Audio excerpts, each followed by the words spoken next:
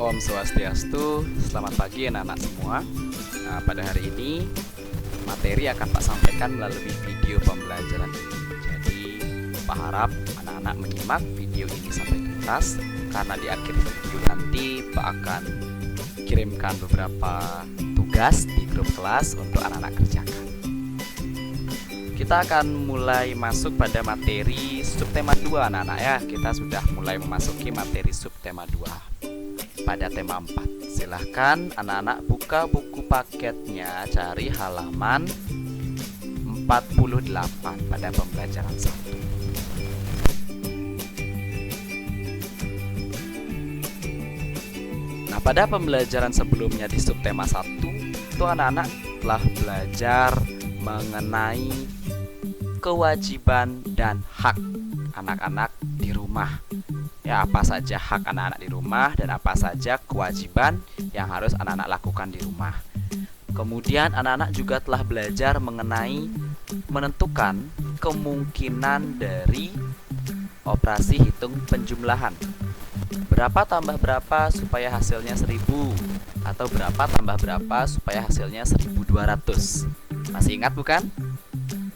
Nah, pada pembelajaran hari ini di subtema 2 itu masih berkaitan dengan materi sebelumnya. Jadi Pak harap materi sebelumnya itu jangan sampai lupa ya. Jadi materinya diingat terus, dipahami, pasti akan mudah untuk menguasai materi. Masih ingat apa itu hak anak-anak? Dan masih ingat apa sih itu kewajiban? Ya, jadi hak dan kewajiban ini muncul kembali di subtema yang kedua ya. Jadi kewajiban itu adalah segala sesuatu yang kita harus lakukan atau laksanakan dengan penuh rasa tanggung jawab. Dan apa itu hak? Hak adalah segala sesuatu yang kita harus dapatkan setelah melakukan kewajiban ya. Jadi hak dan kewajiban ini berkaitan erat. Jadi kita dapat meminta hak setelah melakukan kewajiban.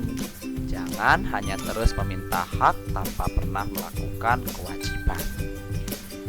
Nah, anak-anak di subtema 1 telah belajar hak dan kewajiban anak-anak di rumah. Contoh hak di rumah: mendapat kasih sayang, mendapatkan makanan dan minuman, mendapatkan pakaian yang layak, mendapatkan pendidikan, mendapatkan uang jajan, kemudian mendapatkan perhatian dan perlindungan dari orang tua. Nah, itu hak-hak anak-anak di rumah. Kemudian kewajiban anak-anak di rumah, anak-anak itu wajib untuk selalu menghormati orang tua, membantu orang tua dalam membersihkan rumah, kemudian membantu orang tua dalam menyelesaikan tugas-tugas yang ada di rumah, dan lain sebagainya. Ya, jadi hak itu adalah yang kita dapatkan, kewajiban yang kita lakukan. Pada materi sebelumnya anak-anak juga telah belajar mengenai kalimat saran. Ya, masih ingat apa itu kalimat saran? Jadi kalimat saran itu adalah, Pak ingatkan kembali ya, adalah kalimat yang berisi pendapat untuk menyelesaikan suatu permasalahan yang terjadi. Jadi, untuk menyelesaikan suatu permasalahan yang dihadapi oleh orang lain misalnya, kita bisa memberikan pendapat kita atau bisa memberikan solusi kepada orang tersebut untuk menyelesaikan permasalahan tersebut. Untuk membuat kalimat saran itu biasanya selalu diawali dengan kata semestinya, boleh, kata seharusnya, boleh, maupun kata sebaiknya. Ya, jadi diingat, karena kita itu memberikan saran kepada orang juga harus menggunakan kalimat yang sopan ya. Jadi kita awali dengan kata semestinya, seharusnya, dan sebaiknya, sesuai dengan masalah yang dihadapi oleh orang tersebut anak-anak ya. Jangan kita memberikan saran tapi tidak sesuai dengan masalah yang dihadapi oleh orang tersebut. Kita dapat menemukan kalimat saran itu dalam sebuah teks tentang hak dan kewajiban di sekolah.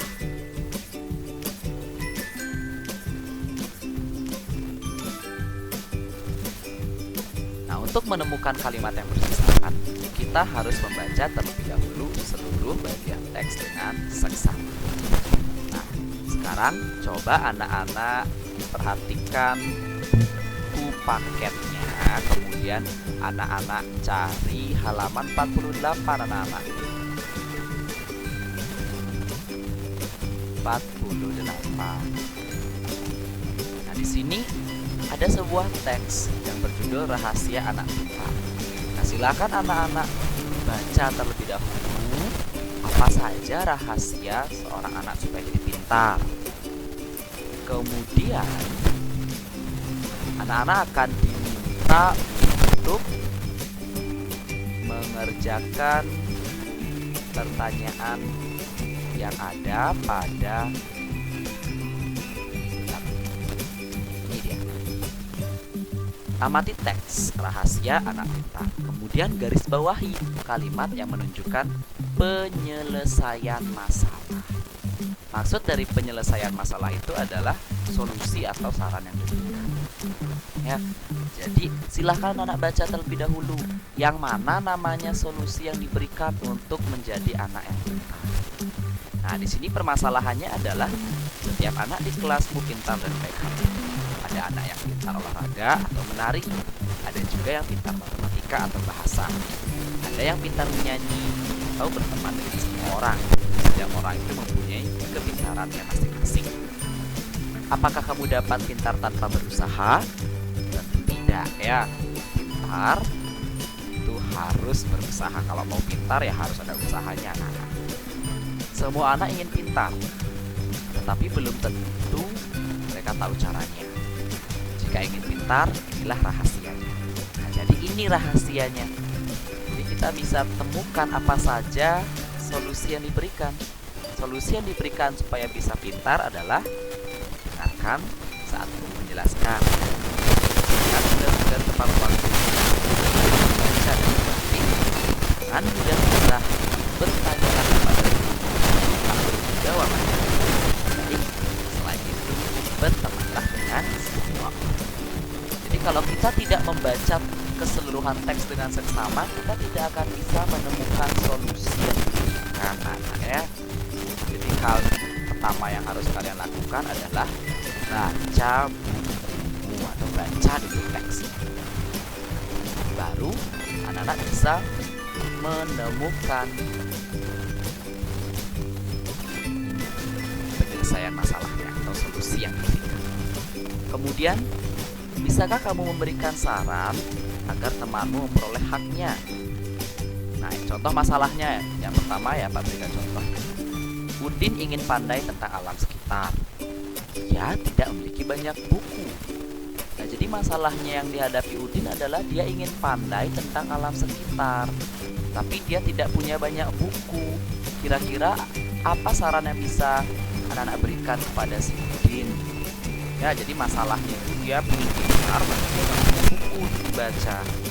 Jadi, kalau Pak Guru memberikan saran kepada Udin, sebaiknya Udin pergi ke perpustakaan ya. Sebaiknya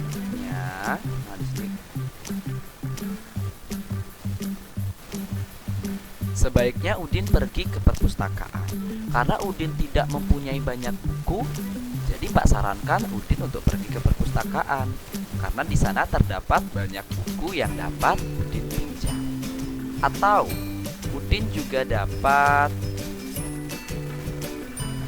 saran yang kedua dari Pak, atau Udin sebaiknya mencari buku bacaan di perpustakaan online ya. Jadi Udin juga bisa mencari buku bacaan di perpustakaan online atau di HP melalui internet. Jadi ini saran yang bisa Pak berikan terhadap masalah yang dialami oleh. Nah, untuk masalah lainnya nomor 2, 3, 4, dan 5, anak-anak itu ya berikan saran sesuai terhadap permasalahan. Kita lanjut kanan. Ayo berlatih. Benny membantu ibu guru merapikan kelas. Dia melihat persediaan kertas kelas tinggal sedikit. Semula tersedia 500 lembar kertas. Sisa kertas hanya 40 lembar. Walau waktu belajar masih 3 bulan. Mereka membutuhkan kertas untuk beberapa kegiatan kelas. Benny berpendapat mereka wajib menghemat kertas. Jadi ini sarannya Benny, menghemat kertas. Haruskah ibu guru membeli kertas baru? Apa saran? Nah, menurut anak-anak, apakah ibu guru harus membeli kertas baru atau mengikuti saran Benny untuk menghemat kertas? Kalau menurut Pak Guru, tergantung ya. Apabila kita mengikuti saran Benny, itu cukup baik anak-anak menghemat kertas dengan cara menggunakan kertas di kedua sisinya. Jadi kita tidak membuang-buang kertas. Atau jika memang pembelajaran yang akan dilakukan itu memerlukan banyak kertas, mungkin ibu guru perlu membeli kertas baru lagi. Namun jika hanya untuk menulis, Pak Guru rasa 40 lembar kertas itu masih cukup untuk digunakan ya. Jadi mungkin anak-anak mempunyai saran yang berbeda. Nanti kita akan bahas pada pertemuan kelas ya. Sekarang kita akan masuk ke materi matematikanya.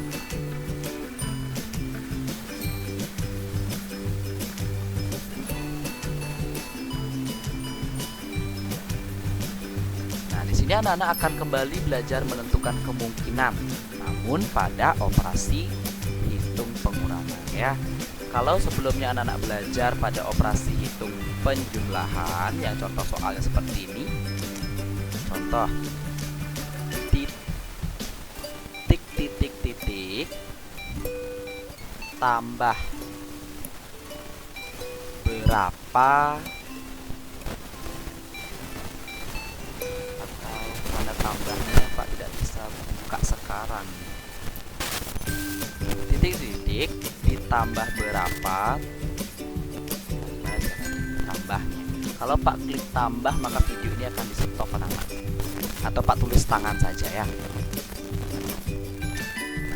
Misal soalnya seperti ini, titik ditambah berapa supaya hasilnya adalah misal 150.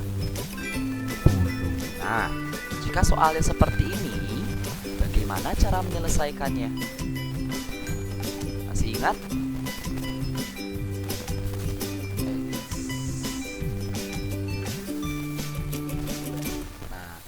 Jika soalnya seperti ini, bagaimana cara menyelesaikannya? Jadi diingat ya. Untuk soal operasi hitung penjumlahan anak-anak bisa menentukan terlebih dahulu angka yang ingin anak-anak jumlahkan. Namun jangan lebih besar dari jawaban. Contoh, misal anak-anak menempatkan angka di sini 80 itu misalnya. Nah, sekarang anak-anak harus mencari berapa angka yang harus anak-anak tulis di bagian sebelah kanan tanda tambahnya. Jadi ingat, caranya adalah jawaban kita kurangi dengan soal. Atau triknya adalah angka yang lebih besar kita kurangi dengan angka yang lebih kecil. Maka kita kurangi angka yang lebih besar, 150 kita kurangi dengan 80. Kita gunakan hitung bersusun ya. Kita kurang. Walaupun hasilnya operasi hitungnya adalah penjumlahan, untuk mencari angka yang belum diketahui kita gunakan pengurangan. 0 kurang 0, 0. 5 kurang 8 apakah bisa? Tidak bisa, maka kita harus pinjam. Maka 5 ini meminjam ke angka 1, maka akan berubah menjadi 15. Ingat ya, pinjam 1 dikasih 10. Kemudian angka 1 ini setelah dipinjam 1, maka dia bersisa 0 atau habis. Sekarang kita bisa dapatkan 15 dikurangi 8 itu adalah 7.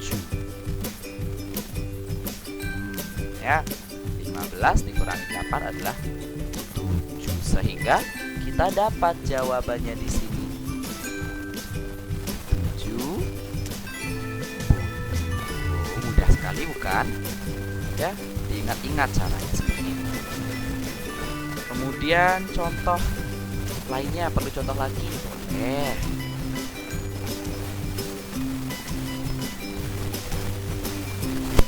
Contoh lagi, Pak. Oke, kita contohnya. Titik ditambah titik supaya hasilnya adalah 780. Nah, jawabannya adalah 785. Ingat, kalau di penjumlahan, anak-anak silahkan isi salah satu kolom jawaban ini dengan angka bebas, berapapun boleh, tapi ingat, aturannya tidak boleh lebih besar dari jawaban, ya. Misal anak-anak ingin menjumlahkan atau memberikan angka misalnya 250.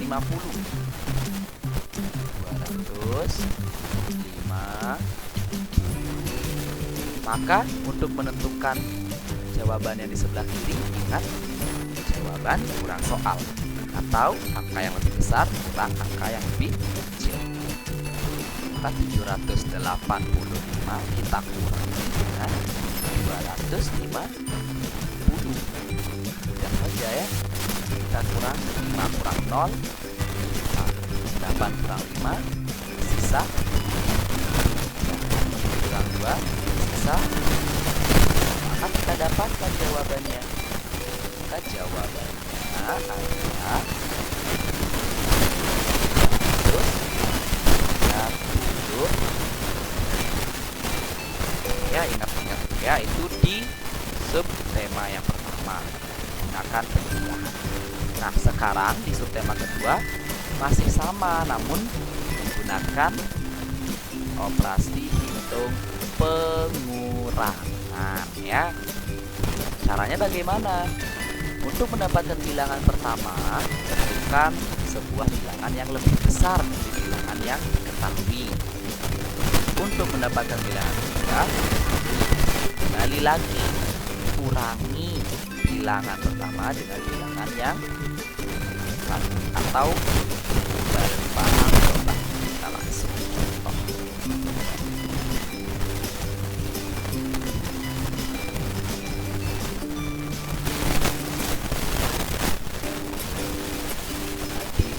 Dikurang titik supaya hasilnya misal menggunakan angka ini juga 105. Maka kita ikuti caranya, anak. Tentukan sebuah bilangan yang lebih besar dari bilangan yang diketahui. Yang diketahui adalah 150, maka kita cari angka yang lebih besar dari 150. Oke, misal boleh pakai 200. Kita letakkan di depan. Maka kita sudah dapatkan 200 dikurangi berapa supaya hasilnya 150. Maka untuk menyelesaikan soal ini sama seperti yang tadi ya. Kalau yang ini triknya sama, tapi angka yang lebih besar adalah ini dan angka yang lebih kecil. Balikan dari penjumlahan. Kalau penjumlahan itu kan jawaban kurang soal. Kalau pengurangan, soal kurang jawaban. Tapi supaya lebih mudah, triknya diingat, angka lebih besar kurang angka lebih kecil, pasti akan kalian dapatkan. Kan lebih besar 200 atau 150? Kan 200, maka 200 nya kita taruh di atas, kita kurangi dengan 150.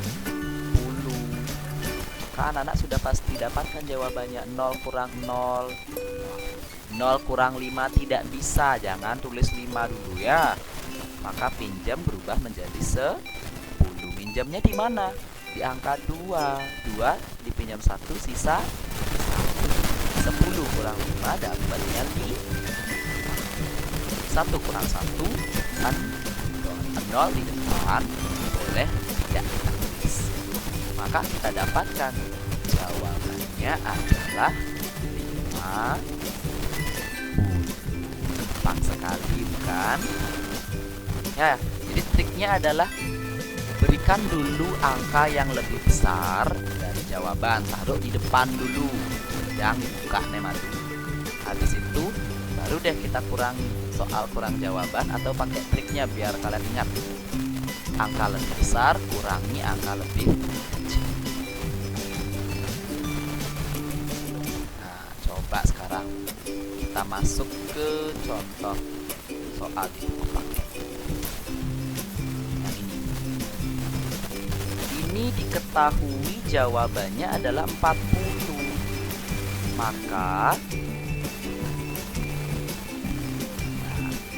Maka berapa kurang berapa supaya hasilnya 40?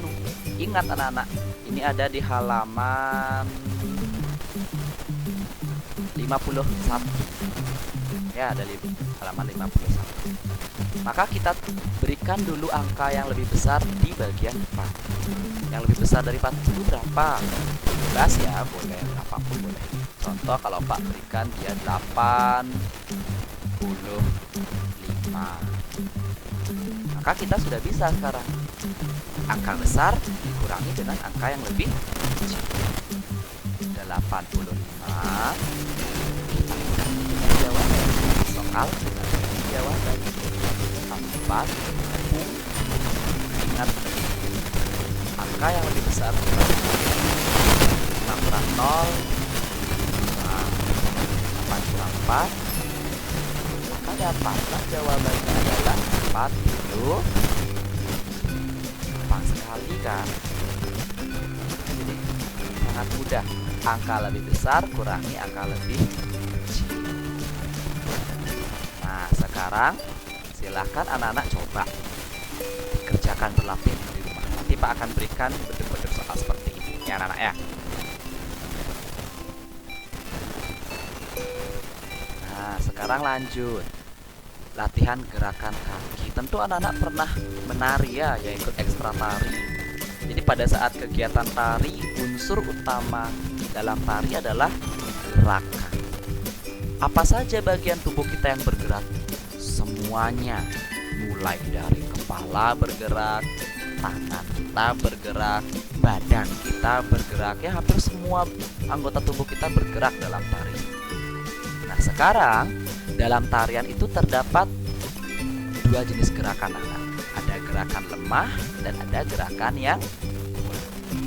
Jadi gerakan lemah itu adalah gerakan yang memerlukan tenaga yang sedikit. Ya, berbeda dengan gerak kuat yang menghentak ya. Gerakannya itu memerlukan tenaga yang lebih kuat. Nah, ini adalah beberapa gerakan-gerakan pada kaki dalam beberapa tarian ya. Nah, silakan anak-anak baca. Nah, ini adalah materinya. Kemudian apabila terdapat pertanyaan, silakan anak-anak tanyakan kepada Pak Guru melalui grup kelas ya. Nanti Pak akan berikan beberapa soal atau tugas pada grup WhatsApp ya. Baik, sekian video ini. Saya ucapkan terima kasih dan sampai jumpa lagi, sampai bertemu di dalam kelas.